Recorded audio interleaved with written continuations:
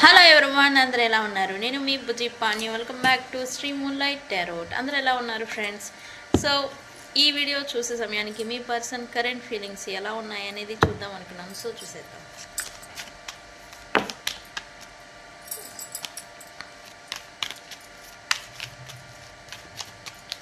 Okay, స్పీడ్గా wow, ఏంటి ఇది ఎగిరి పడింది?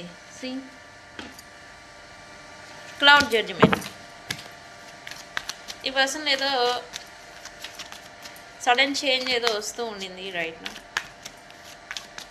సంథింగ్ బ్రేక్ పడిపోయింది.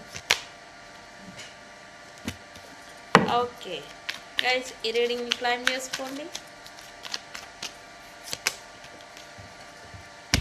ఓకే, ఈ పర్సన్స్కి అయితే సడన్ చేంజ్ అనేది ఈ పర్సన్కి వీళ్ళ ఫీలింగ్స్కి వచ్చేస్తూ ఉన్నాయి. బికాజ్ ఆఫ్ యూనివర్స్ అనేది పాస్ట్ పర్సన్స్ వైపు వీళ్ళ ఎమోషన్స్, వీళ్ళ ఫీలింగ్స్ అన్నీ చేంజ్ పాస్ట్ వైపు ఎవరైతే దూరం అయిపోయినారో వాళ్ళ దగ్గరికి వెళ్ళిపోయేలాగా ఎనర్జీస్ చూపిస్తూ ఉన్నాయి. దట్స్ వై క్లౌడ్ జడ్జిమెంట్ అనేది ఇక్కడ ఎనర్జీ చూపిస్తూ ఉంది.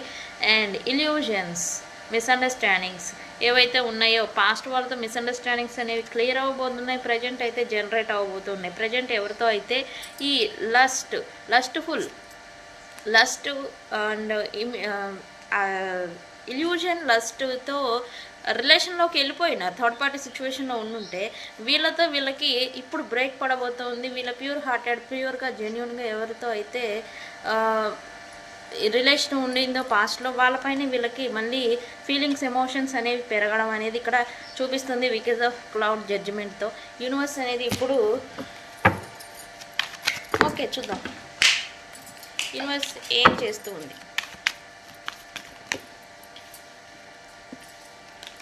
ఓకే, ఏదైతే బ్లాక్ మ్యాజిక్ జరిగిపోయింది అబ్బా నాకు, ఈ పర్సన్ మీ నుంచి బ్లాక్ మ్యాజిక్ ఏమైనా దూరం అయిపోయి ఉంటే, బ్లాక్ మ్యాజిక్తో ఏదైనా అదర్ మ్యాజిక్స్ వల్ల దూరం అయిపోయి ఉంటే ఇప్పుడు ఆ బ్లాక్ మ్యాజిక్ అనేది కూడా ఈ ప్రభావం అనేది పర్సన్ మీద కూడా తగ్గిపోతుంది. అందుకే ఈ పర్సన్కి మీ పైన మళ్ళీ ఎమోషనల్ అటాచ్మెంట్, ఫీలింగ్స్, ఎమోషన్స్ మీరు మళ్ళీ గుర్తుకు రావడం అనేది జరుగుతుంది.